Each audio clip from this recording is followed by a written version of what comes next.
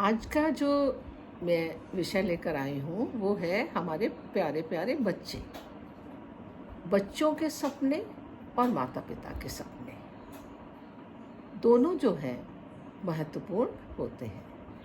बच्चे जो हैं हमें समझना होगा कि वो माता पिता की उम्मीदों का बोझ ढोने के लिए नहीं है, बल्कि उनकी अपनी स्वतंत्र एक पहचान होती है और उसके साथ वो जन्म लेते हैं।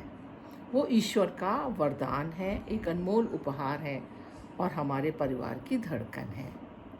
अभिभावकों को समझना होगा कि बच्चों के वो मालिक नहीं हैं, वो बच्चों के रक्षक हैं, वो एक माली हैं।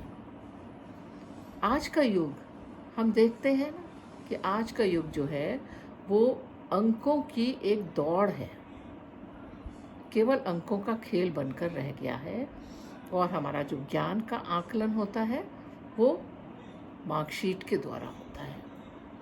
इस 99 के फेर में बच्चों की जो कोमल भावनाएं हैं वो कुचल जाती हैं और बचपन केवल नंबरों का बोझ ढोने का एक माध्यम बन जाता है। युग जो है वो स्पर्धा का युग है और नंबरों में आगे रहने का जो दबाव है वो बच्चों पर होता ही होता है। अब होता क्या है कि हम जो माँ बाप हैं उनकी भी कुछ अधूरी इच्छाएं होती हैं, जैसे कोई डॉक्टर बनना चाहता था, कोई इंजीनियर बनना चाहता था, और जब उनकी ये इच्छाएं पूरी नहीं होती तो वो अपने बच्चों के माध्यम से इन इच्छाओं को पूरा करना चाहते हैं। अब यहाँ समझना होगा कि बच्चा जो है एक नन्हा संवेदनशील पौधा है।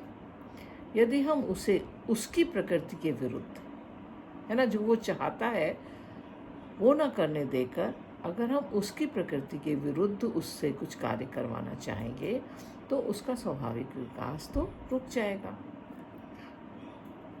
आध्यात्मिक रूप से भी। और अगर हम व्यवहारिक रूप से भी देखें तो बच्चा एक दिव्य रचना है और जिसके अंदर विशेष गुण हैं और वो एक विशेष उद्देश्य के साथ इस संसार में आया है।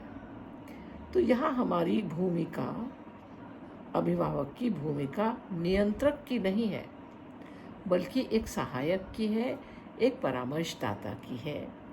और हमें इस तरह से बच्चे के साथ व्यवहार करना चाहिए जिससे उसके आत्मविश्वास को पंख मिले, वो एक परवाज़ ले सके